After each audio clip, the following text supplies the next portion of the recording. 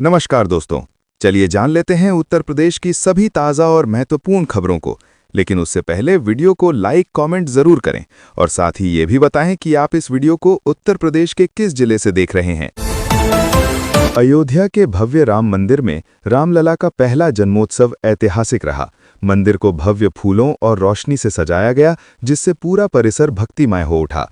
पहली बार रामलला के साथ माता सीता, लक्ष्मण और हनुमान जी की झांकी सजाई गई, जिसे देख श्रद्धालु भावुक हो गए। सुबह से ही भारी भीड़ उमड़ी और वेद मंत्रों के बीच दोपहर 12 बजे जन्मोत्सव मनाया गया। गर्भगृह में सूर्य किरणों का अद्भुत दृश्य भी देखने को मिला, जिससे माहौल और दिव्य बन गया। उत्तर प्रदेश के कई जिलों में मौसम ने करवट ली है। बुंदेलखंड और रायबरेली समेत कई क्षेत्रों में तेज बारिश के साथ ओलावृष्टि हुई, जिससे फसलों को नुकसान पहुंचने की आशंका बढ़ गई है। मौसम विभाग ने 38 जिलों में आंधी बारिश और ओले गिरने का अलर्ट जारी किया है। तेज हवाओं और बिजली गिरने की चेतावनी भी दी गई है। अगले 24 से 48 घंटों तक मौसम ऐसा ही बना रह सकता है। किसानों को सतर्क रहने और जरूरी सावधानियां बरतने की सलाह दी गई है। कौशाम्बी जिले में एक दर्दनाक सड़क हादसा हुआ, जहां श्रद्धालुओं से भरी पिकअप सड़क किनारे खड़े ट्राले से जा टकराई। टक्कर इतनी भीषण थी कि मौके पर ही 8 लोगों की मौत हो गई, जबकि 17 लोग घायल हो गए। घायलों को तुरंत जिला अस्पताल और नज़दीकी चिकित्सा केंद्रों में भर्ती कराया गया, जहां कई की हालत गंभीर बनी हुई है। हादसे के बाद मौके पर अफरा तफरी और चीखों पुकार मच गई। सूचना मिलते ही पुलिस और प्रशासन की टीम पहुंची और राहत बचाव कार्य शुरू किया। शवों को पोस्टमार्टम के लिए भेजा गया है और हादसे की जांच जारी है। समाजवादी पार्टी के अध्यक्ष अखिलेश यादव ने डीजल, पेट्रोल और गैस सिलेंडर की उपलब्धता को लेकर सरकार पर निशाना साधा है। उन्होंने आरोप लगाया कि प्रदेश में हालात खराब हैं और आम जनता को परेशानी झेलनी पड़ रही है। अखिलेश ने भाजपा पर जमाखोरी को बढ़ावा देने का आरोप लगाते हुए कहा कि सरकार स्थिति संभालने में नाकाम साबित हो रही है। उन्होंने मांग की कि ईंधन की आपूर्ति सुचारू की जाए और कालाबाजारी पर सख्त कार्रवाई हो, ताकि लोगों को राहत मिल सके। हाई कोर्ट ने महत्वपूर्ण टिप्पणी करते हुए कहा कि किसी शादीशुदा पुरुष का किसी महिला के साथ आपसी सहमति से संबंध रखना अपने आप में आपराधिक कृत्य नहीं है। अदालत ने संबंधित मामले में दर्ज एफआईआर पर सुनवाई करते हुए आरोपी की गिरफ्तारी पर रोक लगा दी। कोर्ट ने स्पष्ट किया कि केवल नैतिक आधार पर किसी को अपराधी नहीं ठहराया जा सकता, जब तक कि कोई अन्य आपराधिक तत्व ना हो।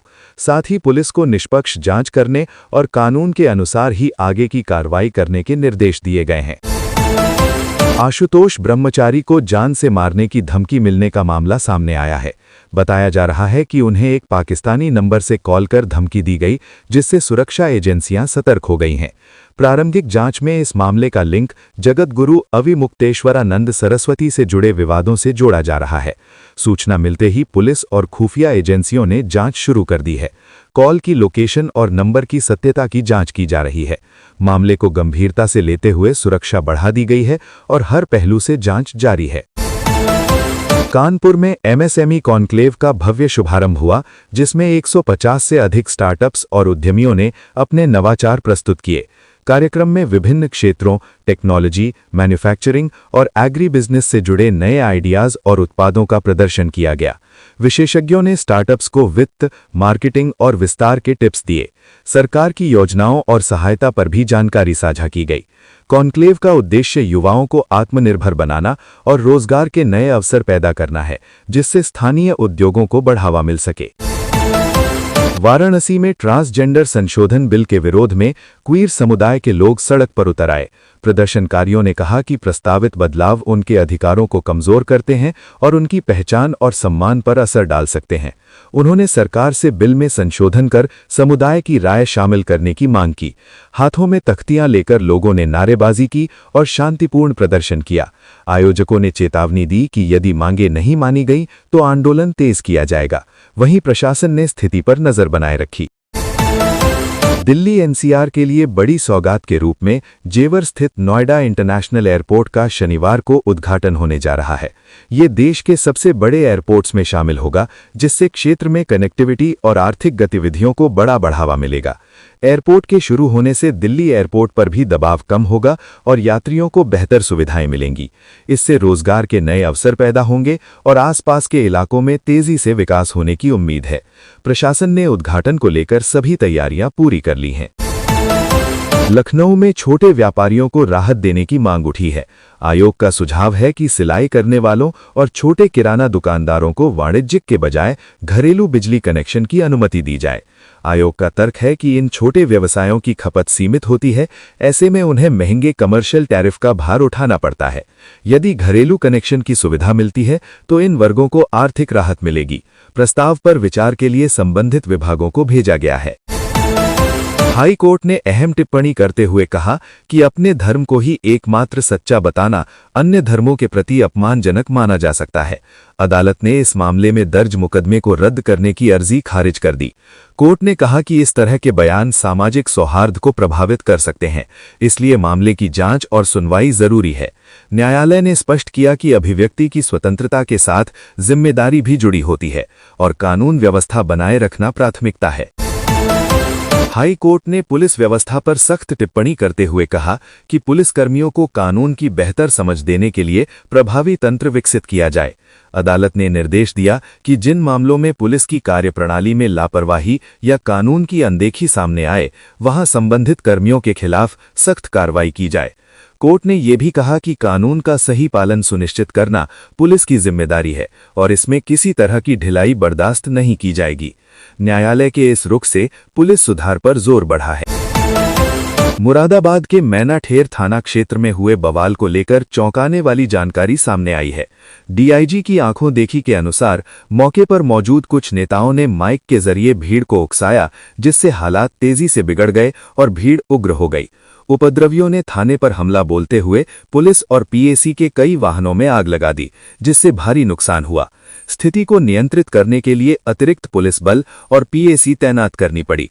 अधिकारियों ने बताया कि वीडियोग्राफी के आधार पर आरोपियों की पहचान कर सख्त कार्रवाई की जा रही है और कानून व्यवस्था बिगाड़ने वालों को किसी भी हाल में नहीं बख्शा जाएगा। मुरादाबाद में 73 औद्योगिक इकाइयां पर कार्रवाई की तलवार लटक रही है, क्योंकि जांच में सामने आया है कि ये इकाइयां पर्यावरण संरक्षण के तय मानकों का पालन नहीं कर रहीं, जिससे प्रदूषण का स्तर लगातार बढ़ रहा है और आसपास के लोगों के स्वास्थ्य पर भी इसका सीधा असर पड़ रहा है। अधिकारियों ने कहा कि कई फैक्ट्रियों में अपशिष्ट प्रबंधन और उत्सर्जन नियंत्रण के नियमों की अनदेखी की जा रही है।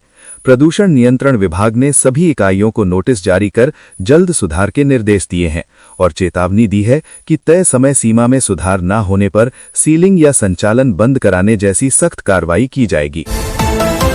बोर्ड परीक्षाओं को लेकर सख्ती बढ़ा दी गई है और इस संबंध में नए निर्देश जारी किए गए हैं, जिनके तहत यदि किसी कॉपी की लिखावट संदिग्ध लगे या कई छात्रों के उत्तर एक जैसे पाए जाएं, तो उसकी गहन जांच कराई जाएगी और जरूरत पड़ने पर हैंडराइटिंग विशेषज्ञ की मदद ली जाएगी, ताकि ये सुनिश्चित किया जा सके कि कहीं नकल या किसी प्रकार की गड़बड़ी तो नहीं हुई है।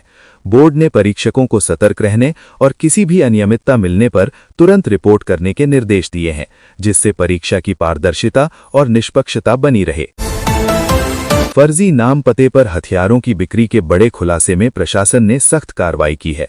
जांच में सामने आया कि 2490 कारतूस संदिग्ध तरीके से बेचे गए, जिनमें खरीदारों के नाम और पते फर्जी पाए गए।